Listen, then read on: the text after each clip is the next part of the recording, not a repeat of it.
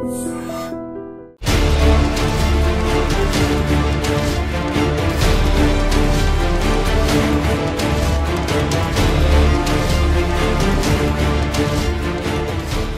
నమస్కారం. నేను స్వరూపపట్లపల్లి. Welcome to I dream. 4 నెలల క్రితం హైదరాబాద్లో షీలా హత్య, ఇప్పుడు నెల్లూరులో హాసిని మర్డర్. ఇలా జరుగుతున్న వరుస హత్యలు ఆందోళన కలిగిస్తున్నాయి. ముఖ్యంగా ఇవన్నీ హిజ్రాల హత్యలు. అవి జరుగుతున్న తీరు కూడా ప్రతి ఒక్కరిని కంటతడి పెట్టిస్తున్నాయి. ఆంధ్రప్రదేశ్లోని 10,000 మంది ట్రాన్స్జెండర్స్కు ఒక లీడర్లా, మార్గదర్శిలా ఉన్న హాసినిని ఎవరు హత్య చేశారు? అంత దారుణంగా టార్గెట్ చేసి, ప్లాన్ చేసి, స్కెచ్ వేసి మరీ హత్య చేయాల్సిన అవసరం ఎవరికొచ్చింది? సెటిల్మెంటే దీనికి కారణమా?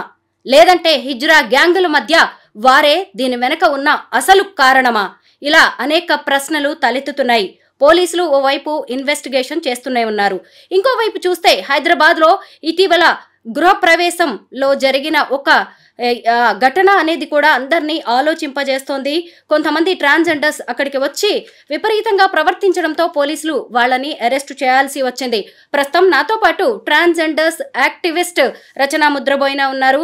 అసలు ట్రాన్స్జెండర్స్ అనేవాళ్ళు ఎలా ఉండాలి, సమాజం వారిని ఎలా చూస్తుంది, సమాజం పట్ల వారి బాధ్యత ఎంత అనేది రచనని అడిగి తెలుసుకుందాం. నమస్తే రచన. చూశారు కదా, హాసిని హత్య జరిగిన విధానం మాత్రం తీవ్ర కలత చెందేలాగే ఉంది. అసలు ఏం జరిగింది? ఎందుకంటే ఇన్ఫర్మేషన్ అంతా బయటికి రావట్లేదు. ఇది ట్రాన్స్జెండర్స్ హత్య కాబట్టి ఎవరు పెద్దగా పట్టించుకోరు. కానీ దీని వెనక భయంకరమైన పెద్ద కారణాలు ఉన్నట్టుగా తెలుస్తోంది. మీకు తెలిసిన నిజాలేంటి? మాకు అంటే ఇది అయినప్పుడు, మర్డర్ అయినప్పుడు నైట్లో రిపోర్ట్స్ ప్రకారం 10 ఆ టైంలో జరిగింది నెల్లూరులోనే. తను ఒక గుడి కుంభాభిషేకం పొద్దునైంది. తను కూడా కుంభాభిషేకం చేసి శ్రీశైలం బయలుదేరి వస్తుంది. లాస్ట్ వీడియో కొన్ని గ్రూప్స్లో పోస్ట్ చేసింది తను. అయితే ఏపీ తెలంగాణకు సంబంధించి ఒక గ్రూప్లో ఆ విషయం వచ్చిందని నాకు కాల్ వచ్చింది. నేను ఆ గ్రూప్లో లేను, యాక్చువల్గా పెట్టాను కొన్ని రోజులకి. సరే అని నేను యాడ్ చేయమని అన్నప్పుడు వాళ్ళు కొన్ని ఫోటోలు, వీడియోస్ పంపారు. చాలా డిస్టర్బింగ్. అది చూసేటప్పటికి చాలా అంటే అసలు నమ్మలేకపోయాను యాక్చువల్గా. ఎందుకంటే హాసినిని ఒకలాగా అంటే ఒక ఎల్డర్ సిస్టర్గా నేను భావిస్తాను యాక్చువల్గా. అండ్ ఆల్మోస్ట్ 2013 అప్పటి నుంచి 2009 నుంచి కూడా నాకు అంటే ఒక అక్కలాగా, ఒక సిస్టర్లీ రిలేషన్షిప్ ఉంది. ఆ దృశ్యాలు చూసేటప్పటికి ఒక్కసారి షాక్లోకి వెళ్ళిపోయానంటే, ఇంకా నైట్ టైం 1-2 టైంలో వచ్చింది అవన్నీ. కంటిన్యూస్గా కాల్స్ వస్తూనే ఉన్నాయి యాక్చువల్గా. ఎందుకు, నేను కూడా చేస్తూ ఉన్నాను, ఎలా అయింది ఏంటి అని. తను పూజ ముగించుకొని నెల్లూరు ఆ ఫ్లైఓవర్ తిరుగుతుంటే 2 కార్లలో వచ్చి తెలియని వాళ్ళు దాన్ని ఆపి, కార్ని ఆపి తన్ని దించి అక్కడ పక్కనే రైల్వే ఇది ఉంది, ట్రాక్ దగ్గర తీసుకొని వెళ్ళి మర్డర్ చేశారని కథనాలు అక్కడ ఉన్న వాళ్ళు చెప్పారు. ఆ కార్లోనే తనతో పాటు ఇంకొక 3 ఉన్నారని వీడియోస్ ద్వారా తెలిసింది. చాలా బ్రూటల్గా మర్డర్ చేశారు. అంటే ముందు మేము చూసిన 2-3 ఫోటోలు మేము అనుకున్నాము ఇది ఎలా అయింది ఏంటి, మర్డర్ చేశారు సరే. 4-5 తెల్లవారుజామున టైంలో కొన్ని భయంకరమైన ఫోటోలు గ్రూప్స్లో వచ్చినాయి, సర్క్యులేట్ అయినాయి. వేట కొడవలతోటి చాలా దారుణంగా అంటే దే స్లైస్డ్ యాక్చువల్లీ అనమాట. That's such a disturbing picture. ఎందుకు అంటున్నానంటే, అంటే మేము మా తల్లిదండ్రుల్ని అందరిని వదిలేసి అక్క చెల్లెళ్ళు ఇలాంటి ఒక ఒక ఒక మదర్లీ, ఒక సిస్టర్లీ లవ్ తోటి కమ్యూనిటీలో అక్కడే ప్రేమలు ఎత్తుక్కున్నాం మనం. అక్కడ దొరికినాయి మాకు ప్రేమలు.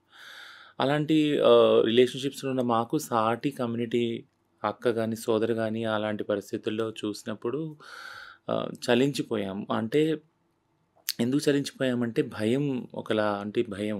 కన్నాళ్ళని అందరిని వదిలిపెట్టుకొని బయట ఒకరికొకరుగా జీవిస్తున్నప్పుడు ఇలా ఇంత దారుణంగా, ఇంత పగతోటి ఇలా చంపుతారా అని ఎంత పగుంది అనేది ఒకటి కనిపిస్తుంది ఆ హత్యలో, అంత దారుణంగా హత్య చేయటంలో. ఇంకోటి ఏంటంటే తను కొద్దిగా టైంలోనే లీడర్గా ఎదిగింది. 7 సంవత్సరాల జర్నీ యాక్చువల్గా దాన్ని వెనక్కి తిరిగి చూసుకుంటే ఆ వ్యవస్థలో, అంటే వితిన్ హిజ్రా వ్యవస్థలోనే అంటే ఏదైతే పవర్ కాన్ఫ్లిక్ట్ ఉంటుందో, పెద్ద చిన్న దాన్ని దాటుకుంటా వచ్చి తనకంటూ ఒక లీడర్‌షిప్‌ని ఎమర్జ్ చేసుకుంటా వచ్చి ఒక ఏరియాలో రాయలసీమలో ఒక లీడర్‌గా ఎదిగిన హాసినిని చూసినప్పుడు తనది almost only very small journey 7 years and చాలా చిన్న వయసు కూడా 33, 34 ఇయర్స్ అంతే. అలాంటి చిన్న వయసులో ఉన్న లీడర్‌ని అంత దారుణంగా చంపారు అనంటే సో, అంటే ఎవరు చంపారు? దాని వెనక ఉన్న పాలిటిక్స్ ఏంటి అని పక్కన పెడితే, ఒక లీడర్‌లాగా ఎదిగిన వ్యక్తిని చంపడం ద్వారా ఆ కమ్యూనిటీకంతా ఒక మెసేజ్ ఏమవుద్దనంటే జాగ్రత్త మీరు.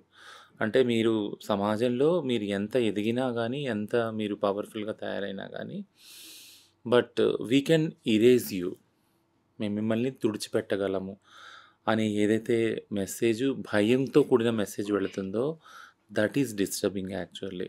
అంటే మమ్మల్ని ఎవరు తుడిచిపెట్టలేరని కొన్ని తరాలుగా మా ముందున్న తరాల వాళ్ళు ప్రూవ్ చేస్తారు కదా! హిజ్రా కమ్యూనిటీ గాని ఎవరన్నా గానీ, మీరు మమ్మల్ని ఇళ్ళలోంచి గెంటేసినా, ఎక్కడ పనివ్వకపోయినా, ఏవి మాకు వసతులు కల్పించకపోయినా మేము ఉంటాము. మమ్మల్ని భూమి మీద నుంచి మీరు ఇరేజ్ చేయలేరు, తుడిచిపెట్టలేరని ఆ సమాజం చెప్పింది. ఆ కమ్యూనిటీ చెప్పింది మొత్తం సమాజానికి, సొసైటీకి. మా కమ్యూనిటీ. అట్లాంటి దానిలో ఇలాంటి లీడర్స్‌ని అటాక్ చేసినప్పుడు చాలా డిస్టర్బ్ అవుతాం. ఒక భయం ఆవరించేస్తది మొత్తం మాకు. So, we are all in still shock. ఇంకా ఎవరు చేశారు? దీని వెనకాల ఎవరున్నారు? అని ఇంకా అంటే వెతుకుతున్నారు. ఇన్వెస్టిగేషన్ అయితే చేస్తున్నారు పోలీసుల్ని. ఒక ప్రెస్ మీట్ కూడా పెట్టాలని డిసైడ్ చేశాము. దాని ద్వారా పోలీసు డిపార్ట్మెంట్‌కి చెప్పేది ఏంటి అనంటే ఫెయిర్ ఇన్వెస్టిగేషన్ చేయండి. ఎందుకు ఇలా చంపవలసి వచ్చింది? ఎవరున్నారు దీని వెనకాల? ఇలాంటివి మళ్ళీ రిపీట్ కాకుండా చూడండి. మీరు చెప్పినట్టు తెలంగాణలో షీలా మర్డర్ చూసినాక అందులో సేమ్ క్రూయాలిటీ, సేమ్ బ్రూటాలిటీ ఉంది. ఇప్పుడు హాసిని చూసాక కూడా అదే బ్రూటాలిటీ, అదే హింస. So, this is all disturbing actually. Yeah! అసలు దీని వెనక ఎవరున్నారు? ఒక బేల్దారి మేస్త్రి ఉన్నాడు. అతను శ్రీకాకుళం నుంచి నెల్లూరుకి వచ్చి అక్కడ స్థిరపడి సెటిల్మెంట్లు చేసే వరకు వెళ్ళాడు. అతనే ఈ హాసిని మర్డర్‌కి కుట్ర పన్నాడు. ఇంకొకటేంటంటే హిజ్రా గ్యాంగుల మధ్య ఉన్న వార్ అనేదే దీనికి కారణం. పైగా ఇంకొకటేంటంటే హాసినిని చంపిన విధానం గురించి కూడా మనం మాట్లాడుకోవాలి. అలా చాప్ చేసి మరీ చంపాల్సిన అవసరం ఏంటి? ఆమె మీద ఎంత ద్వేషం, పగ, కక్ష ఉంటే ఇలా చేసి ఉంటారంటారు? అంటే ఇప్పుడు ఇందులో నాన్ ట్రాన్స్ కమ్యూనిటీని అంతే ఇప్పుడు మీరు చెప్పినట్టు కొన్ని ఎగ్జాంపుల్స్ ఏదైతే మీరు క్లూస్ ఇచ్చారో మగవాళ్ళనే వాడారు ఈ హత్య కోసము. వెనకాల హిజ్రా కమ్యూనిటీ పాలిటిక్స్ ఉన్నాయా? లేదా నాన్ హిజ్రా కమ్యూనిటీ పాలిటిక్స్ ఉన్నాయా? అనేది నేను పక్కన పెడతాను. ఎందుకంటే ప్రతి కమ్యూనిటీలో పాలిటిక్స్ ఉన్నాయి. ముఖ్యంగా హిజ్రా కమ్యూనిటీలో పాలిటిక్స్ వస్తే చంపుకునే దాకా వెళ్తారనే దాన్ని నేను ఎప్పుడూ అడ్వకేట్ చేయను. దాన్ని ఎప్పుడు I won't by that actually. ఎందుకంటే హిజ్రా కమ్యూనిటీ మొత్తం సమాజానికి ఒక ఎగ్జాంపుల్ ఏం చూపించిందంటే ఎంత పెద్ద గొడవైనా గానీ, ఎవరినెవరిని తిట్టుకున్నా గానీ, ఎవరంటే ఎవరికి పగున్నా గానీ, ద్వేషం ఉన్నా గానీ, ఒక మాట అయినా గానీ కూర్చొని మాట్లాడుకుందాం ఫస్ట్. అది ఆ మాట్లాడుకునే విధానం కూడా మీకు చెప్తే నమ్మరు. కొన్ని గంటలు, కొన్ని డేస్ నడుస్తది యాక్చువల్‌గా. అంటే ఇద్దరు కన్సెన్సస్ వచ్చే వరకు ఇద్దరు పార్టీలు గానీ, ఇద్దరు వ్యక్తులు గానీ ఆ డిస్కషన్ డైలాగ్ నడుస్తూనే ఉంటుంది. ఏంటి అనంటే దీని వెనకాల ఉన్న కారణం ఏంటి అనంటే మనం అందరి చేత వెలివేయబడిన సముదాయం మనం. మనల్ని మన కన్నవాళ్ళు వదిలేశారు. అక్కతమ్ముళ్ళు, అన్నచెల్లెలు వదిలేశారు. గవర్నమెంట్ పట్టించుకోవట్లేదు. బట్ మీరు నేను కొట్టుకున్నప్పుడు మనం వితిన్ కమ్యూనిటీలో గొడవైనప్పుడు మనం రాజీకి రావాలి ఎక్కడో అక్కడ. నువ్వు ఒక మెట్టు తగ్గితే నేను ఒక మెట్టు తగ్గుతా. నువ్వు ఒక మెట్టు ఎక్కితే నేను ఒక మెట్టు తగ్గుతా. ఇలా ఎక్కడో అక్కడ ఒక అండర్‌స్టాండింగ్‌కొచ్చి ఒకళ్ళొకళ్ళు సమన్వయంగా చేసుకునే పద్ధతి హిజ్రా కమ్యూనిటీలో ఉంది. దాన్ని చటాయి అంటాం యాక్చువల్‌గా. సో, అలాంటి విధానాన్ని మొత్తం సమాజానికి చూపించింది హిజ్రా కమ్యూనిటీ యాక్చువల్. బట్ పగలు పెంచుకొని, ప్రతీకారాలు తీర్చుకొని, ప్రాణాలు తీసేంత వరకు హిజ్రా కమ్యూనిటీ వెళ్తుందంటే I won't agree with that politics. ఇది సిస్ కమ్యూనిటీ పాలిటిక్స్ యాక్చువల్‌గా. నాన్ ట్రాన్స్ కమ్యూనిటీ ఆస్తుల కోసమో, లేదా ఇంకో దానికోసమో, డబ్బుల కోసమో, దేనికోసమో, పదవుల కోసమో వాళ్ళు చేసుకుంటారేమో గానీ, మాకు అవివి లేవు కదా! మా సముదాయంలో ఉంది మేమే. మా తర్వాత కూడా మా వాళ్ళే ఉన్నారు. మేము ఏ ప్రాపర్టీ ఓన్ చేసినా అది మా వాళ్ళకే వెళ్తుంది. మేము ఏ నగలు కొనుక్కున్నా మా తర్వాత వాళ్ళు అది కట్టుకుంటారు. వాళ్ళు ఏ తల్లి కన్న బిడ్డలో కదా! వాళ్ళందరూ వచ్చి ఒక చోటకొచ్చినప్పుడు వాళ్ళకి ఫుడ్డు, ఒక షెల్టరు అన్నీ కల్పించేది మా సముదాయం కదా! అలాంటి దానిలో స్వార్థం అనేది ఎక్కడుంది అసలు? యాక్చువల్ లేదు. ఏదన్నా పొరపాటున ఏదన్నా మాట తూలి ఒక పెద్ద మాట, ఒక చిన్న మాట అయితే కూర్చొని మాట్లాడుకుంటాం గానీ, పగల దాకా వెళ్ళి, ప్రతీకార దాకా వెళ్ళి, ప్రాణాలు తీసుకునేంత పగలైతే మా సముదాయంలో ఉండవు. సో, ఇది మీరు చెప్పినట్టు ఖచ్చితంగా బయట ఏదైతే సముదాయం బయట ఏదైతే ఉన్నారో నాన్ ట్రాన్స్ వాళ్ళు, వాళ్ళ దగ్గర నుంచే వచ్చింది. బట్ నేనొకటి చెప్పేది ఏంటి అనంటే, ఒకవేళ ఇది నాన్ ట్రాన్స్ వాళ్ళ నుంచి వస్తున్నా గూడా అంటే వాళ్ళకి ఇంకెవరు దొరకలేదా యాక్చువల్‌గా? అంటే ప్రతి ఒక వ్యక్తి సమాజంలో ట్రాన్స్ వాళ్ళని చూడంగానే ఒకలాంటి జాలి, ఒకలాంటి సింపతి, ఎంపతి వస్తుంది యాక్చువల్‌గా కదా! కరుణ, జాలి, అయ్యో! వీళ్ళెవరూ లేరు వీళ్ళకి అనే జాలితోటే ఒక రూ. 10 తీసిచ్చినా ఇస్తారు వాళ్ళు అడుక్కోటానికెళ్ళినప్పుడు అది. వీళ్ళనేం అనకూడదు. ఎందుకంటే దేవుడు వీళ్ళతో ఉంటాడు. వీళ్ళ తల్లిదండ్రులు లేరు కాబట్టి వీళ్ళ మాట పడకూడదు మనము. దేవుడు వీళ్ళతోటి ఉంటాడు ఎప్పుడు. ఎందుకంటే ఎవ్వరు లేనోళ్ళు కాబట్టి దేవుడు ఉంటాడని నమ్ముతారు. అలాంటి వాళ్ళని హత్య చేసేదాకా తీసుకొని వెళ్ళిన ఆ విధానము, ఆ క్రూరమైన విధానం ఒకటి, ఆ దురాశ గాని చూసినప్పుడు నాకు ఒకటే అనిపిస్తుంది. ఇది అవసరమా? అంటే ఒకవేళ మర్డర్ చేసిన వాళ్ళని కూడా నేను క్వెషన్ చేసేదేంటంటే, అంటే మీకు మగాళ్ళను, ఆడళ్ళను వేరే ఏదో చేస్తా ఉన్నారు. వాళ్ళలో పగలు, కార్పణ్యాలతో చేసుకుంటున్నారు. బట్ ఏ ఆధారము, ఏ రిలేషన్‌షిప్, ఏ ప్రేమ పొందని వాళ్ళ మీద మీరు ఇది చూపించడం అనేది ఎంత అమానవీయం, ఎంత ఇన్‌హ్యూమన్ ఇది యాక్చువల్‌గా. సో, అలా చేయటానికి కూడా మీ హృదయం ఎంత కఠినంగా తయారైందని అనాలి యాక్చువల్‌గా. యాహ్! రచన, మీకు హాసినితో పరిచయం ఉంది. మీ ఇద్దరు కాంటాక్ట్‌లో కూడా ఉంటారు కదా! ఎప్పుడైనా మీ కమ్యూనిటీ గురించి గానీ, బయట జరుగుతున్న రాజకీయాల గురించి గానీ, హాసిని మీతో షేర్ చేసుకోవడం అనేది జరిగిందా? తనకి థ్రెట్ ఉందని ఎప్పుడైనా చెప్పిందా మీకు? ఎప్పుడూ షేర్ చేసుకోలేదు. ఎప్పుడూ షేర్ చేసుకోలేదు. ఎప్పుడు మేము కలిసిన చాలా అంటే చాలా ఫ్యూ ఇన్సిడెంట్స్‌లో ఏదైనా మీటింగ్స్‌లో కలిసాం. ప్లాట్‌ఫామ్స్‌లో, కాన్ఫరెన్స్‌లో అట్లా కలిసాము. తను వచ్చేది రాయలసీమ నుంచి, నేను వెళ్ళేదాన్ని తెలంగాణ నుంచి. కలిసినప్పుడల్లా తను ఎప్పుడు కూడా నేను నా కమ్యూనిటీ అంటే నేను వచ్చే జియోగ్రఫికల్ ఏరియా నుంచి తెలంగాణ నుంచి గానీ, తను రాయలసీమ గురించి కూడా షేర్ చేసుకునేవాళ్ళం. అంటే షేర్ చేసుకునేవాళ్ళం అంటే ఏం ప్రోగ్రెస్ అవుతుంది. ఒకే విషయంలో మా ఇద్దరికి డిస్కషన్ అయ్యేది. "నువ్వు గవర్నమెంట్‌ని ఏం అడుగుతున్నావు చెల్లి" అని తను అడిగేది నేను. "నువ్వు గవర్నమెంట్‌తో ఎలా పని చేస్తున్నావు అక్క" అని నేను అడిగేదాన్ని. ఎందుకంటే ఏ లీడర్స్ మధ్యన అలాంటి హెల్తీ డైలాగ్ అవసరం. నేను ఇలా చేస్తున్నాను, ఇంకా ఎలా బాగా చేయొచ్చు అని తను అడిగేది. నేను ఇది చేస్తాను అప్డేట్ చేసేదాన్ని యాక్చువల్‌గా. ఈ డిస్కషన్ తప్పించి నా వెనకాల అంటే మన కమ్యూనిటీలో ఇంత రైవలరీ ఉంది, లేకుంటే ఇంకోటవుతుంది, భయంగా ఉంది, ప్రాణహాని, ఇది ఎప్పుడు కూడా ఎక్కడ కూడా తను షేర్ చేసుకోలేదు. She has been so confident, అంటే చాలా కాన్ఫిడెంట్‌గా, చాలా పవర్‌ఫుల్‌గా ఎదిగిన లీడర్ కాబట్టి ఆమె మీద ఆమెకు విశ్వాసం చాలా ఉండేది యాక్చువల్‌గా. హిజ్రాల నాయకురాలు అంటున్నారు. దాదాపు 10,000 మంది ట్రాన్స్‌జెండర్స్‌కి ఈమె లీడర్‌గా ఉంది అంటున్నారు. అంటే ఏం చేస్తూ ఉంటుంది తిను? చూడండి, ఏదైనా కమ్యూనిటీ లీడర్‌షిప్‌ని మనం అర్థం చేసుకోవాలనుకుంటే ఏ కమ్యూనిటీకి సంబంధించిన వాళ్ళు ఆ కమ్యూనిటీకి లీడర్‌లాగా ఉండాలనేది ఒక బేసిక్ ఫిలాసఫీ ప్రిన్సిపల్ గూడా. ఎందుకు అనేది నేను రీజన్ చెప్తాను. ఎందుకు అనంటే, ఆ కమ్యూనిటీ వాళ్ళు కాకుండా వేరే కమ్యూనిటీ వాళ్ళు ఒకవేళ లీడర్‌షిప్ వహించారనుకో, నాయకత్వం వహించారనుకో, బయట వ్యక్తుల యొక్క స్వార్థం, వాళ్ళు ఏదో ఒక స్వార్థంతోటి ఏదో ఒకటి ఆశించి అక్కడికొస్తారు. దాంతో వాళ్ళ అవసరాలు తీరుతాయి గానీ, ఈ కమ్యూనిటీ అవసరాలు తీరవు. ఎందుకు చెప్తున్నానంటే, కమ్యూనిటీ అన్న దానికి అర్థం అది. హిజ్రా కమ్యూనిటీ ఉందనంటే, అందులోనే లీడర్స్‌ని ఎంచుకొని పైకి రావటం అనేది అది న్యాచురల్‌గా జరిగింది అది ప్రాసెస్. హాసిని కూడా అలాగే ఎమర్జ్ అయ్యింది. అంతమంది మీరు అంటున్నట్టు 10,000 మంది, 20,000 మంది ఆమెని ఎన్నుకున్నారు లీడర్‌గా. మా నాయకురాలను ఎన్నుకున్నారు యాక్చువల్‌గా. ఎన్నుకొని ఆ లీడర్‌షిప్ తోటి పైకొచ్చింది ఆమె. సో, లీడర్‌గా ఉన్న వాళ్ళకి ఖచ్చితంగా అది ఏ లీడర్ అయినా చూడండి, ఏ సముదాయంలో కూడా ఒక పొలిటికల్ పార్టీ తీసుకున్న, ఇంకోటి తీసుకున్నా ఖచ్చితంగా ఒకలాంటి వ్యతిరేకత, ఒకలాంటి క్రిటిసిజాన్ని ఫేస్ చేస్తారు ప్రతి ఒక్క లీడర్. అది హాసిని కూడా ఫేస్ చేసింది. బట్ లీడర్‌గా ఎన్నుకోబడింది. మెయిన్ ఫ్యాక్ట్ అంటే తను ఒక లీడర్‌గా ఎన్నుకోబడింది. ఆ సముదాయం ద్వారా ఎన్నుకోబడింది. తను నాన్ కమ్యూనిటీ కాదు కదా! అదే హిజ్రా కమ్యూనిటీ సముదాయంలో తను హిజ్రా లాగానే స్టార్ట్ చేసింది తను.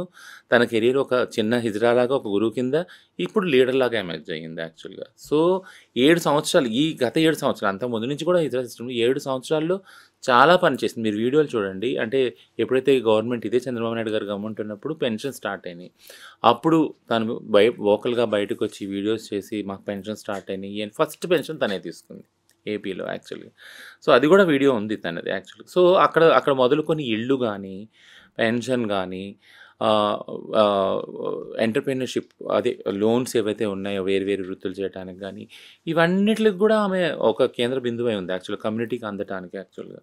సో, ఇవన్నిటిని సంబంధించి చాలామంది అన్‌ఎడ్యుకేటెడ్ ఉన్నారు కాబట్టి, చదువు లేని వాళ్ళు ఉన్నారు కాబట్టి హిజ్రా సముదాయంలో వాళ్ళందరూ వాళ్ళ లీడర్ దగ్గరికి అప్రోచ్ అయ్యేవాళ్ళు. ఒక పెన్షన్ గురించి కానీ, ఒక ట్రాన్స్‌జెండర్ ఐడీ కార్డ్ గురించి కానీ. ఆమె హెల్ప్ చేసేది సపోర్ట్ సిస్టమ్ ద్వారా.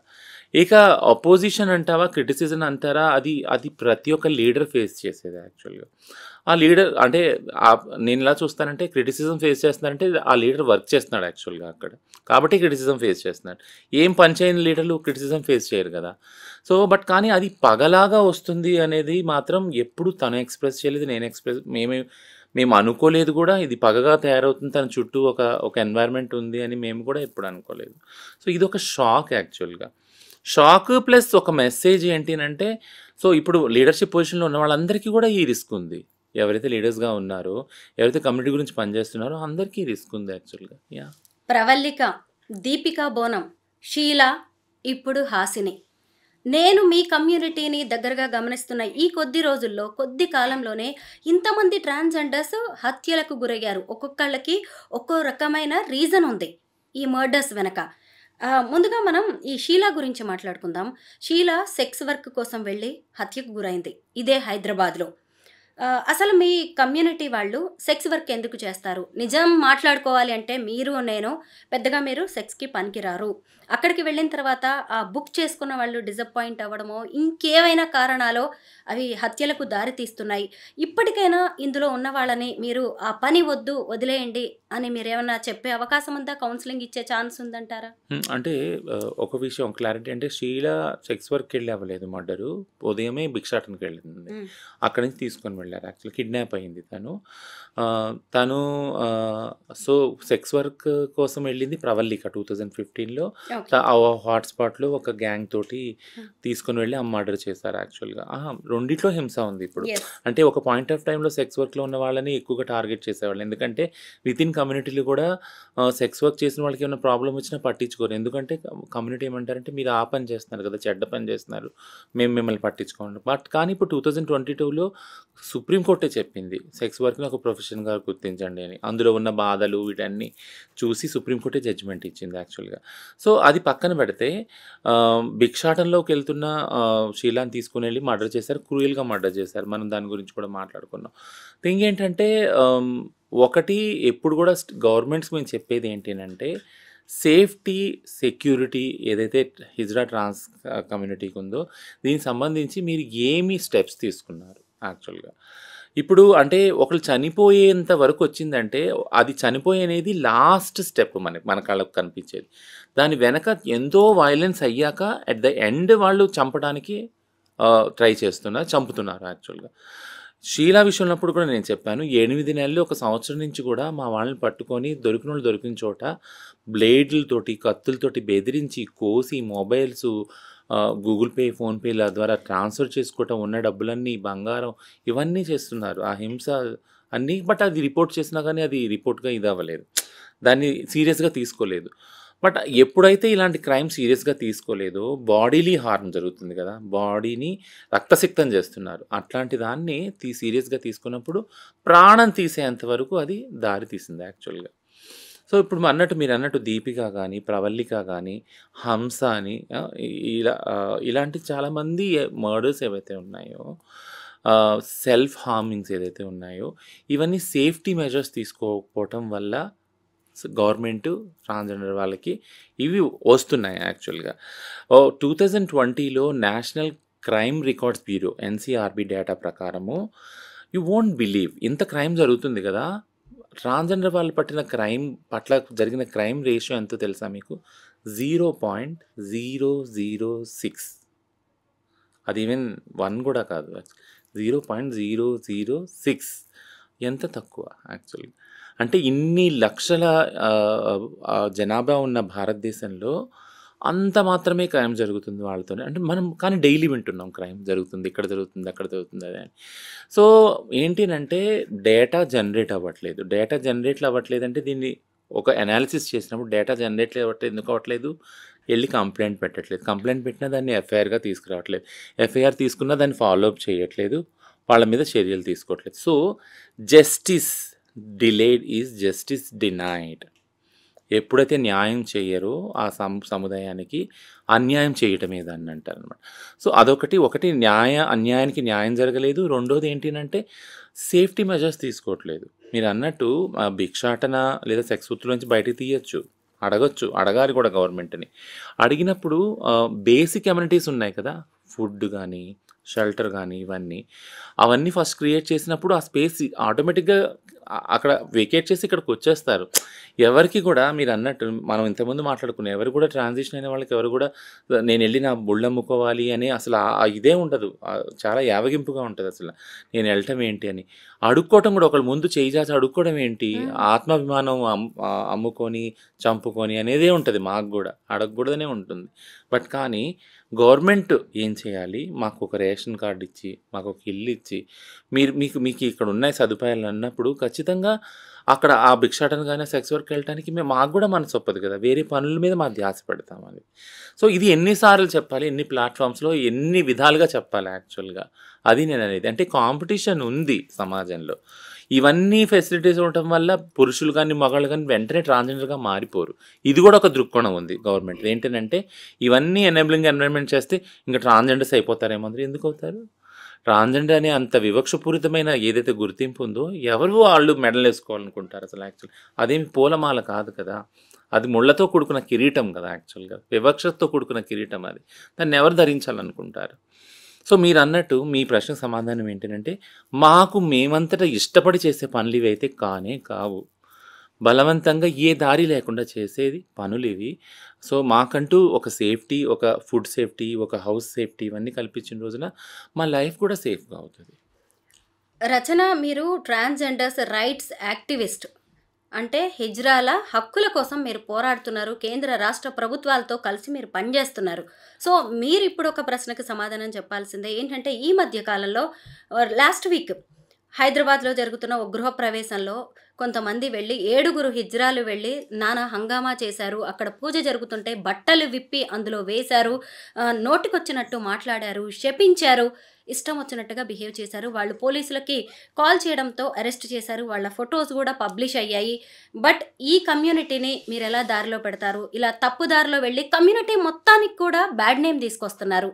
బట్ ఏం చేస్తే మంచిదంటారు ఇలాంటివి ఇకపై జరగకుండా? ఎందుకంటే మీకు తెలిసిందే, నేను చెప్పడం కాదు, ట్రైన్లలో కావచ్చు, తర్వాత రోడ్ల మీద కార్లు ఆపి ఎంతమంది డబ్బులు లాక్కోవడానికి ప్రయత్నిస్తున్నారు. షాపుల దగ్గరికి వెళ్ళి ఇష్టం వచ్చినట్టుగా బిహేవ్ చేస్తున్నారు ఈ ట్రాన్స్జెండర్స్ కమ్యూనిటీ.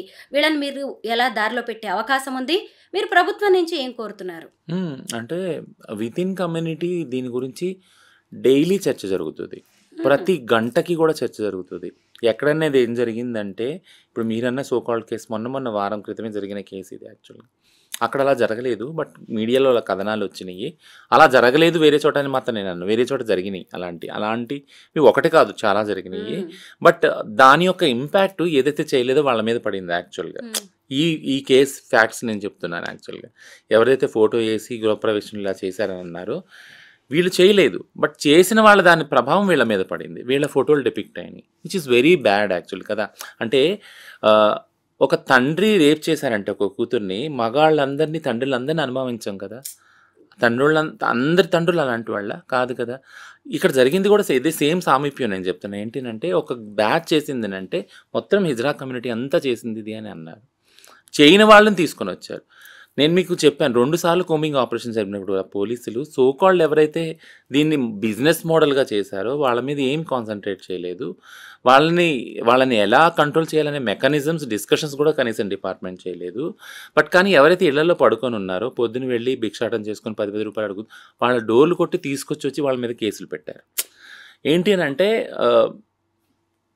డిపార్ట్మెంట్కి ఉన్న అండర్స్టాండింగ్ అంటే వాళ్ళు హిజ్రాలే, వీళ్ళు ట్రాన్సే, వాళ్ళు ట్రాన్సే. ఇప్పుడు నేను ఇది ఒక ప్రమాదకరమైన సిచ్యుయేషన్. ఎందుకంటున్నానంటే కొంతమంది ట్రాన్స్ వాళ్ళు చదువుకోవాలని బయటకు వస్తున్నారు, ఉద్యోగాలు చేయాలని బయటకు వస్తున్నారు చదువుకున్న వాళ్ళని. ఇప్పుడు ఆ గృహప్రవేశంకి వాళ్ళకి సెక్స్ వర్క్ వెళ్ళే వీళ్ళు ఒకటేనా? కాదు కదా. ఇప్పుడు వాళ్ళ బదులు వీళ్ళని అరెస్ట్ చేస్తారా మీరు? అంటే ఏంటి, మనం ఎటు వెళ్తున్నాం అంటే రివర్స్ వస్తున్నామా మనం? ఏదైతే సాఫ్ట్ కార్నర్ ఉందో ట్రాన్స్ వాళ్ళకి, ఇతర వాళ్ళకి అది మాకు అర్థమవుతుంది డిపార్ట్మెంట్‌కి గానీ, సమాజంలో గానీ. కానీ క్రైమ్ చేస్తే క్రైమేనే. A crime should be judged not based on the gender, but on the modus operandi. అదా మోడస్ ఆపరాండి మీద ఒక క్రైమ్ జడ్జ్ చేయాలి, ఇర్రెస్పెక్టివ్ ఆఫ్ ద జెండర్, వాళ్ళు ఎవరైనా కానీ. బట్ జెండర్ని బట్టి మీరు క్రైమ్ చేస్తున్నారు అనేది మాత్రం ఒక పిక్చర్ని తీసుకురాకండి, ఒక కమ్యూనిటీని పోర్ట్రే చేయకండి. అది పోలీసే చేశారు. నేను చెప్పాను కదా, పట్టుకొని ఫేక్ ట్రాన్స్జెండర్ అని చూపించారు ఒక దానిలో. ఒక సోకాల్డ్ పోలీస్ ఆఫీసర్ కూడా మీడియాలోకి వెళ్ళి చెప్పారు. అంటే ఫేక్ ట్రాన్స్జెండర్స్ అంటే ఎలా ఫేక్ ఉంటారు? ట్రాన్స్జెండర్ వాళ్ళ విషయాల్లో ఏంటినంటే, సోకాల్డ్ ఏదైతే అంటే బయటికి పంపించి పిల్లల ద్వారా అడుక్కోనించి ఇలా డబ్బులు ఏదైతే సంపాదిస్తున్నారో, లేదా అంటే సోకాల్డ్ ఆర్గనైజ్గా వాళ్ళు ఉన్నారు, లేదా ఆపరేషన్ చేసుకొని వాళ్ళు ఎవరైతే ఉన్నారు, అంటే సర్జరీస్ అందరూ చేసుకోవాలని లేదు, సర్జరీ చేసుకొని వాళ్ళు కూడా ట్రాన్స్జెండర్ అని సెల్ఫ్ ఐడెంటిటీ కదా. అంటే కొంతమంది మగవాళ్ళు కూడా అలా చీరలు కట్టుకొని మగవాళ్ళు ఎవరు షేవింగ్ రారు, చేసుకొని మగవాళ్ళు చేసే వాళ్ళది వేరే కమ్యూనిటీ ఉంది. అది వాళ్ళు వేరు. బైరూపులు కానీ లేదా జంగాలు కానీ సంథింగ్, వాళ్ళు కూడా పాపం చీరలు కట్టుకొని అడుగుకుంటున్నారు ఇవాళ రేపు. వాళ్ళు వేరే కమ్యూనిటీ ఉంది. బట్ మా కమ్యూనిటీలో సర్జరీస్ కాని వాళ్ళు కూడా ఉన్నారు యాక్చువల్లీ. సో సర్జరీస్ కాని వాళ్ళు కానీ, జుట్టు పెరిగిన వాళ్ళు కానీ, ఇంకా వాళ్ళకి వేరే ఆప్షన్ లేదు, చదువు లేదు, వాళ్ళు జెండర్ ఎక్స్ప్రెస్ చేయాలంటే ఎక్కడో ఊరి నుంచి వస్తారు, సిటీలో ఉంటారు, వాళ్ళు బ్రతకాలంటే అడుక్కోవాలి తప్ప వేరే పని లేదు. సో ఇట్లాంటి వాళ్ళని వీళ్ళు మగవాళ్ళు, వీళ్ళు చీరలు కట్టుకుంటున్నారు అంటే ఫేక్ రియల్ అనే ఒక తీసుకొస్తున్నారు. రీసెంట్గా జరిగిన దానిలో మీరు యూ వోంట్ బిలీవ్, ఒక 7-8 మందిని పట్టుకున్నారు, అందరూ సర్జరీ చేసుకున్న వాళ్ళే, అందరికీ లాంగ్ హెయిర్ ఉంది. పొద్దున్న చూసేటప్పటికి వాళ్ళని అందరిని కూర్చోబెట్టి ఫోటో తీసి ఫేక్ ట్రాన్స్జెండర్స్ ర్యాకెట్ అని పెట్టాను నేను. వీళ్ళందరూ సర్జరీ అయిన వాళ్ళు. మరి ఇప్పుడు అంటే ఈ కన్ఫ్యూజన్ ఏంటి? మొన్నటిదాకా సర్జరీ అవ్వని వాళ్ళు ఫేక్ అన్నారు మీరు, మా పెళ్లి చేసేసుకుంటున్నారు ఆడవాళ్ళతోని వాళ్ళతోని, ఒక టైం వచ్చాక చీరలు కట్టుకొని అడుక్కోవడానికి వస్తున్నారు, సెక్స్ వెళ్తున్నారు, వీళ్ళు ఫేక్ అని అన్నారు. అక్కడ మీ కన్ఫ్యూజన్ మాకు అర్థమైంది. ఇప్పుడు మరి సర్జరీ చేసుకున్న వాళ్ళని కూడా ఇక మీరు వచ్చి ఫేక్ అని అంటారు. So what according to is fake and real actually? అంటే అది పోలీస్ డిపార్ట్మెంట్ కి కాదు, సొసైటీ విషయంలో కూడా కన్ఫ్యూజన్ ఉంది. దాన్ని పోగొట్టాల్సింది కూడా ట్రూ. మీరే, ఎందుకంటే ఎస్ మాకు తెలియదు కదా ఎలా ఎస్ ఉంటాయి సో మేబీ. కానీ అది పోగొట్టడానికి ఒక ఛాన్స్ అంటూ దొరకాలి కదా, ఒక ప్లాట్ఫామ్ అంటూ దొరకాలి కదా. యూ వోంట్ బిలీవ్, మన దగ్గర ఒక ప్రైడ్ ప్లేస్ అని పెట్టినప్పుడు ఒక డెస్క్ చాలాసార్లు మేము రిప్రజెంటేషన్స్, గత 3 సంవత్సరాలుగా మేము ట్రాన్స్మార్చ్ కలెక్టర్ ద్వారా రిప్రజెంటేషన్స్ ఇస్తాం. సార్ ఇన్ని జడ్జిమెంట్లు వచ్చినాయి 2014 నుంచి, తెలంగాణ ఫామ్ అయిన దగ్గర నుంచి కూడా 2018 జడ్జిమెంట్ ఉంది, నవతేజ్ జోహార్ది నాల్సా జడ్జిమెంట్ ఉంది, యాక్ట్ వచ్చింది, రూల్స్ వచ్చినాయి, transgender person protection of rights అని. వీటిలన్నిటికీ ఎప్పుడు సార్ మీ డిపార్ట్మెంట్ ఇంకా ఓరియంటేషన్ చేసేది, తెలుసుకునేది? మీరు వెళ్ళి ఈరోజు సి టు బీ ఫ్రాంక్, ఈరోజు మీరు ఫేక్ అని అంటున్నారు. This is a contempt of Supreme Court judgment, NALSA versus Union of India. అంటే ఒక వ్యక్తిని సర్జరీ కాకుండా మీరు ట్రాన్స్ అని మేము బిలీవ్ చెయ్యము అని అంటున్నప్పుడు you are going against the judgement. ఎందుకంటే సుప్రీంకోర్టే చెప్తా ఉంది ఏంటంటే, ఒక వ్యక్తి ట్రాన్స్జెండర్గా గుర్తించుకోవడానికి సెల్ఫ్ ఐడెంటిటీ ముఖ్యం కానీ సర్జరీ ముఖ్యం కాదు. If anyone is forcing them that is illegal అని క్లియర్గా చెప్పేసింది Supreme Court. Then you are contempting the Supreme Court verdict కదా. ఇది ఎక్కడి నుంచి వస్తుందో మాకు అర్థమవుతుంది. You have to take time. అసలు ఈ కమ్యూనిటీ ఏంటి, ఎంత డైవర్సిటీ ఉంది, క్రైమ్ ఎందుకు జరుగుతుంది, దీని కారణాలు ఏంటని మేము అర్థం చేసుకోవాలి కదా. సో మీరు ఇంకా నాల్సా గురించి సెన్సిటైజ్ అవ్వలేదు. ఇప్పుడు సుప్రీంకోర్టు వచ్చి సెక్స్ వర్క్ని కూడా ఒక ప్రొఫెషన్ అంది 22లో. మరి దీని గురించి ఎప్పుడు ఓరియంటేషన్ అవుతుంది మీకు? అందులో చాలా ఇన్స్ట్రక్షన్స్, అంటే ఇంటరిమ్ ఆర్డర్ ఇచ్చింది సుప్రీంకోర్టు. ఏమనందంటే దీని ఒక ప్రొఫెషన్గా గుర్తించండి, వీళ్ళ పట్ల జరిగే క్రైమ్ని, ఇప్పుడు నేను వస్తున్నాను మీ పాయింట్, వీళ్ళ పట్ల జరిగే క్రైమ్ని మీరు రిజిస్టర్ చేయండి, వాళ్ళ మీద యాక్షన్ తీసుకోండి, ఇవన్నీ అన్నారే. మీకు ట్రాన్స్ అంటేనే అర్థం అవ్వలేదు, ఇంకా సెక్స్ వర్క్ అనేది చాలా దూరం ఉంది అండర్స్టాండింగ్. యా, మీ వల్ల సొసైటీకి జరుగుతున్న ఇబ్బంది, సొసైటీ వల్ల మీరు పడుతున్న ఇబ్బందులకి ఎంతో కొంత పరిష్కారం చూపించడానికి ఇప్పుడు తెలంగాణ ప్రభుత్వం ట్రాన్స్జెండర్స్కి కూడా పోలీస్ జాబ్ ఇవ్వాలని నిర్ణయించింది. త్వరలో నోటిఫికేషన్ కూడా రాబోతుంది. మీ కమ్యూనిటీ నుంచి దీనికి వస్తున్న రెస్పాన్స్ ఏంటి, ఎలా ఫీల్ అవుతున్నారు మీరు? చాలా హ్యాపీ ఫీల్ అయ్యారు. ఎందుకంటే ఈ సీఎం గారు అది డిక్లేర్ చేయగానే కాల్స్ వచ్చినాయి నాకు యాక్చువల్. ఇది ఎట్లా అవుతుంది రచనమ్మ, ప్రొసీజర్ చెప్పండి, నోటీస్ వస్తుందా, అదా ఇదా అనేసి అన్నాను. Yeah we will wait. Actually దీన్ని అనౌన్స్ అయితే చేస్తారు కదా, దీనికి ఖచ్చితంగా నోటిఫికేషన్ జీవో ఏదోటి వస్తుంది, మనం అందరం అప్లై చేసుకోవచ్చు, దాని గైడ్లైన్స్ కూడా లేఅవుట్ చేస్తారు ఖచ్చితంగా అనేసి. మొన్న రాహుల్ గాంధీ గారు వచ్చినప్పుడు కూడా నాకు ఛాన్స్ దొరికింది మాట్లాడటానికి. కంచైలే గారు, శాంతా సిన్హా, సుజాత సోరపల్లి వీళ్ళతో పాటు నాకు కూడా ఛాన్స్ వచ్చినప్పుడు నేను అక్కడ సీఎం గారు క్లారిటీ ఇచ్చారనమాట, రచన గారు త్వరలోనే నోటిఫికేషన్ మేము రిలీజ్ చేస్తున్నాం, దీని హోమ్ గార్డ్స్ కానీ ట్రాఫిక్ వాలంటీర్స్ కానీ చెప్పారు. యా, ముఖ్యంగా చాలామంది ట్రాన్స్‌కి వస్తున్న ఇబ్బంది నేను కొంచెం గమనించినంత వరకు మెయిన్ రీజన్ ఏం కనిపిస్తుందంటే, మీరు హత్యలకి గురవ్వడం కావచ్చు, ప్రేమ పేరుతో మోసపోవడం కావచ్చు, సెక్స్ వర్క్‌లోకి వెళ్ళడం, బెగ్గింగ్, కలెక్షన్స్ వీటి వెనక కుటుంబ నిరాదరణ, సమాజ వివక్ష ఇవే కారణాలుగా కనిపిస్తున్నాయి. అంటే ఎక్కువ మంది తల్లిదండ్రులు మిమ్మల్ని దగ్గరికి తీయకపోవడం, వదిలేయడం, ఇంట్లో నుంచి గెంటివేయబడడంతో మీరు కొన్ని కమ్యూనిటీలుగా జీవిస్తూ ఎవరికి చేతనైన పని వాళ్ళు చేసుకుంటున్నారు. అదే తల్లిదండ్రులు దగ్గరగా తీసుకొని ఇంట్లో ఒకళ్ళుగా కలిపేసుకొనుంటే, కుటుంబము అనేది ఉంటే, బంధువర్గం అనేది ఉంటే ఇలాంటివి ఉండే అవకాశం లేదు కదా! మీరేమంటారు దీనికి? ఖచ్చితంగా లేదు. అంటే సమాజంలో పిల్లల్ని ఎలా పెంచాలి, ఒక ఆరోగ్యకరమైన వాతావరణం ఎలా కల్పించాలి అనేది అసలు లేదు యాక్చువల్‌గా. దాని గురించి మనం డిస్కస్సే చెయ్యము కదా! అలాంటప్పుడు ప్రతి ఒక్క చిన్న పిల్లాడు ఇర్రెస్పెక్టివ్ ఆఫ్ జెండర్ పక్కన పెట్టండి. ప్రతి ఒక్క చిన్న పిల్లాడు ఒక ట్రామాలోనే ఉంటాడు. ట్రామాలో ఉన్నాడు పిల్లాడు పెరిగి పెద్దయ్యాక గూడా అమ్మాయి గాని, అబ్బాయి గాని వాళ్ళు ఆ ట్రామాలోనే మిగతా వాళ్ళ జీవితం అంతా వెళ్లదీస్తారు యాక్చువల్‌గా.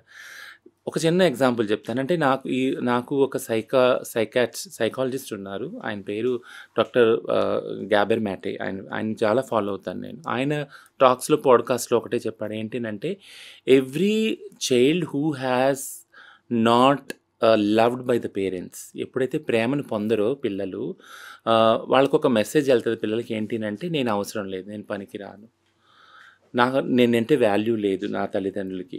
ఎందుకంటే పిల్లలు ఎప్పుడు ఏడుస్తారు? హెల్ప్ కావాలని ఏడుస్తారు కదా! ఆ హెల్ప్ వాళ్ళకి అందనప్పుడు వాళ్ళు ఒక ట్రామాలోకి వెళ్ళిపోతారు. ఈ ట్రామాతో కూడుకున్న వాళ్ళమే మనందరం యాక్చువల్‌గా. ట్రాన్స్ వాళ్ళకి ఒక అడిషనల్ ట్రామా ఏముంటుంది అనంటే, జెండర్ డిస్ఫోరియా అనే ఏదైతే కండిషన్ ఉందో ఇది అసలు అర్థం కాదు తల్లిదండ్రులకు. ఫస్ట్ ఆఫ్ ఆల్ అర్థం కాకుండా దాని మీద మళ్ళీ ఫోర్స్ చేస్తారు. ఏంటంటే, నువ్వు మగపిల్లాడివి, మగపిల్లాడిలానే ఉండాలి, నువ్వు ఆడపిల్లది, ఆడపిల్లలాగానే ఉండాలి. అంటే పిల్లాడుగా ఒక ప్రేమ పొందలేదు, ఒక హెల్ప్ దొరకలేదు, మళ్ళీ పైగా ఒక జెండర్ డిస్ఫోరియా ఉన్న పిల్లాడిలాగా ఇంకా అడిషనల్ హెల్ప్ కావాలి నీకు, కౌన్సిలింగ్. నీకే కాదు, నీ తల్లిదండ్రులకు కూడా కావాలి కౌన్సిలింగ్. అది కూడా దొరకలేదు. సో టెక్నికల్‌గా నేను ఏం చెప్తున్నానంటే, మెంటల్ హెల్త్ ఇష్యూస్ ఏవైతే ఉన్నాయో అది చాలా తక్కువ మనం దాన్ని అడ్రస్ చేస్తున్నాం సమాజంలో. దానివల్ల this will show a rise in the violence. ఫ్యామిలీలో ఫస్ట్ వైలెన్స్, ఒకళ్ళొకళ్ళు వెలివేయటం, కొట్లాడుకోవటం, ఇదంతా హింస ఫస్ట్ ఫ్యామిలీలో ఉంటుంది. ఆ తర్వాత సమాజంలో అది రెప్లికేట్ అవుతుంది. So we all should start addressing the mental health issues of the family, children, women. ఎందుకంటే ముఖ్యంగా విమెన్, చిల్డ్రన్ ఎక్కువ కాన్సన్ట్రేట్ చేయాలంటాము. ఆ తర్వాత ఎల్‌జిబిటిక్యూ వాళ్ళు. ఎందుకంటామంటే వాళ్ళ పట్ల పితృస్వామ్య వ్యవస్థలో వాళ్ళ ట్రామాస్‌ని అసలు కోపప్ చేసే టైమే ఇవ్వదు సమాజం. ఏంటంటే, మనం పొద్దున్న లెగిస్తే పరిగెడతాం కదా! మనం ఇంట్లో వంట చేయాలి, బట్టలు, పిల్లలు ఇవంతా వేరు వేరు ఆటిలో ఉంటాం మనం. సో ఒకటి నేను ఎండ్ చేస్తాను దీన్ని ఏంటంటే, సమాజం ఎప్పుడు కూడా పిల్లల్ని, మహిళల్ని ఖామోష్ చేయటం, అంటే చుప్‌గా ఉండటానికి ఫోర్స్ చేస్తది. అదొక అప్రెసివ్ బిహేవియర్ సమాజంలో. ఎందుకనంటే, మీరెప్పుడైనా గమనించారా? ఆడవాళ్ళు గాని, పిల్లలు గాని, చిన్న పిల్లలు గాని, ఆడవాళ్ళు గాని ఏడుస్తా ఉన్నారనుకో, వాళ్ళకి చటుక్కున ఏదన్నా ఒకటి తీసుకొచ్చి వస్తువు చూపించామంటే వెంటనే దాని వైపు తిరగటము, అటు తిరిగిపోయి మాట్లాడటం చేస్తారు. అంటే ఎంత నిష్కల్మషమైన మనసు ఉంటది వాళ్ళిద్దరిది. ఈ నిష్కల్మషమైన మనసు పితృస్వామ్య వ్యవస్థలో మగవాళ్ళకి చాలా హాని జరుగుద్దని వాళ్ళని ఎప్పుడు అప్రెస్ చేస్తా ఉంటారనమాట. సో మనందరం చేయవలసింది ఏంటంటే, ట్రాన్స్‌జెండర్ వ్యక్తులకి ముఖ్యంగా మెంటల్ హెల్త్ సపోర్ట్ చాలా ముఖ్యం. సో ఒక కౌన్సిలింగ్ హెల్ప్ లైన్ ఒకటి క్రియేట్ చేస్తే ఈ సూసైడ్స్ గానీ, సేఫ్టీ ఇష్యూస్ గానీ, హెల్త్ ఇష్యూస్ గానీ అన్నీ అడ్రస్ చేయొచ్చు. యాహ్! ఫైనల్‌గా నాకొక్క విషయం ఏమర్థమైందంటే, ట్రాన్స్‌జెండర్స్ విషయానికి వచ్చేసరికి కుటుంబం దగ్గరే ముఖ్యంగా మార్పు రావాలి. తల్లిదండ్రులు తమ పిల్లల్లో ఏదైనా మార్పు గమనించారు అంటే, ఎంతకీ ఆడ, మగ ఈ రెండిటికి తల్లిదండ్రులు కూడా కన్ఫైన్ అవ్వాల్సిన అవసరం లేదు. ఇంకొక వర్గం కూడా ఉంది. అది మన పురాణాల నుంచి కూడా వచ్చింది. తప్పదు. అంటే మన బిడ్డకి ఏదైనా జబ్బొస్తేనో, ఏదైనా ప్రాణాంతకమైన రోగం వస్తే వదిలేయం కదా! దీన్ని కూడా అలా చూసి, దీన్ని కూడా అలా మీరు కన్సిడర్ చేసి హాస్పిటల్స్, ట్రీట్మెంట్ అన్ని ఇప్పించాల్సిన అవసరం మాత్రం తల్లిదండ్రులతోనే ఉంది. మిగతా బిడ్డలతో సమానంగా వీళ్ళని కూడా పెంచినప్పుడు ఖచ్చితంగా వీళ్ళు సైడ్ ట్రాక్ పట్టే అవకాశం ఉండదు. సమాజం పాలిట వీళ్ళు ఏదో నిరోధక శక్తులుగానో, ఏదో అసాంఘిక శక్తులుగా మారే అవకాశం మాత్రం ఉండదు. ఖచ్చితంగా కుటుంబం, ఆ తర్వాత బంధువర్గం, సమాజం వారిని దగ్గర తీసుకుంటే ఎంతోమంది జీవితాలు బాగుపడతాయి. థ్యాంక్ యూ రచన. ట్రాన్స్‌జెండర్స్‌కి సంబంధించి చాలా మంచి విషయాలని మీరు చెప్పారు. సమాజానికి కూడా చాలా క్లారిటీ ఇచ్చారు. Thank you so much.